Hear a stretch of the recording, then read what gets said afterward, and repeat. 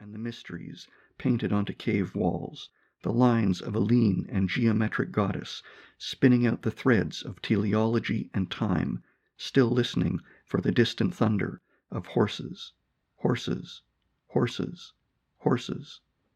To me, it's all on the same spectrum. If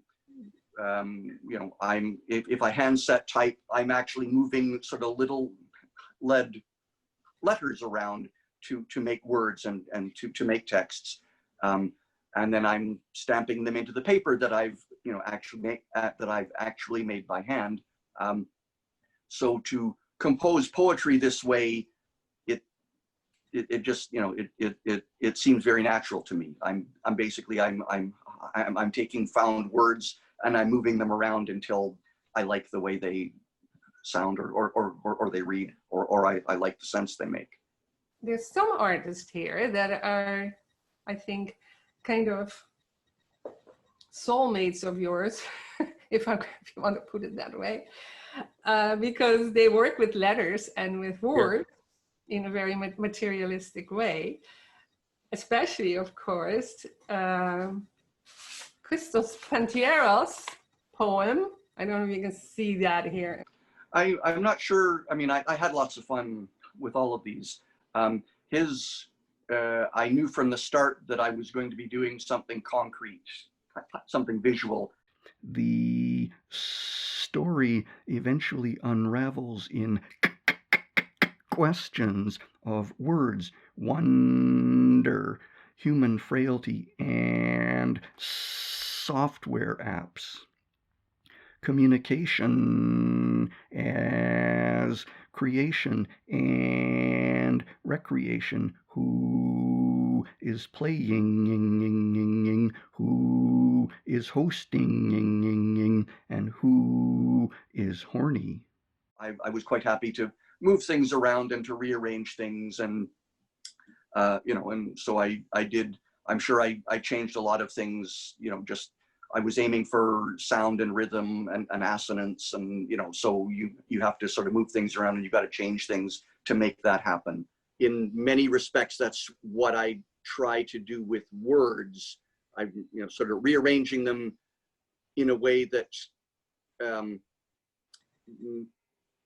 perhaps you aren't used to seeing, especially with the artist text, for instance, as you were saying earlier, an artist statement, they kind of all read alike in many respects, and they all work the same way, and there's not a lot of jokes, and there isn't a lot of poetry to it. So I've taken the material of their statements and rearranged them in such a way that hopefully you'll see ideas and images in a different way. I noticed that she also uses her words differently, though. Some of it is very expressive, and some of the words are more used in a ritual and way. And you write about that in your poem. The recreation of creation begins with words and thought, an invitation to voyage in language and form, to witness the folding and unfolding of moment and mind, to fix narrative, knowledge, and adage as words on the page, words on the wall, words on the wind and the water. You notice not only the expressive qualities, but also and I quote here, the ritual and reverence. And I was wondering if you could talk about that, about the reverence and ritual in her work. I mean, showing words, Yeah.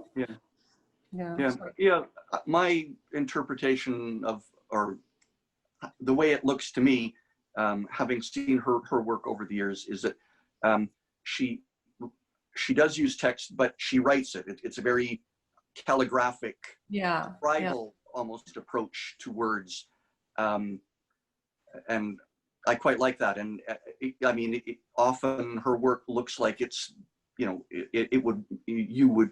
should be reading it off of a scroll or something like that. Psyche, soul, and spirit, excavated into consciousness through gesture and action, contrast and color, line and illusion. A personal calligraphy of space and form. Yeah, so where I would go from here, it was easy for me and for people that know the EDA artists quite well to recognize who the poem was about, even if you didn't know if you didn't read the title. Yeah.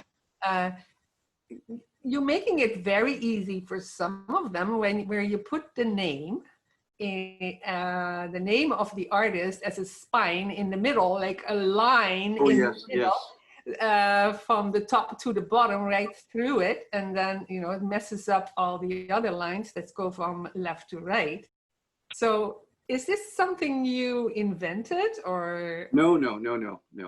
This is it's mesosticks with the text line kind of down the middle that read. You used the names. I don't know if I said that, but you used the names for that. Three of the artists. It's not a new technique. It's like I say, it's a technique that John Cage and Jackson McClough, for instance, used. And I don't think that they invented it either. It's kind of a version of the acrostic, which people might be more familiar with, where you've got a block of text and the first letter of the first word on the line, usually on the left-hand side, reads a word sort of down the margin. It's kind of a playfulness. Other than that, I wonder if it has any meaning. I was looking for meaning, actually. I tend to do that, and I saw it. I saw it as a spine, a spine. Oh yeah. It's amongst other things. I find it an interesting way to structure something. It makes the poems visually sort of interesting, and as I say, it imposes a structure. You've got to. There are a bunch of rules that you can apply to the process if you want to, but it imposes just a structuring formation on the construction of a poem. So okay. I think I tend to read too much in things sometimes, but there is actually. Oh, you academics. Yes. Threads of domesticity and life inevitably turn unfamiliar, twisted and changed by the passage of time. Culture and history and unsimple mechanics of language, labor, and loss.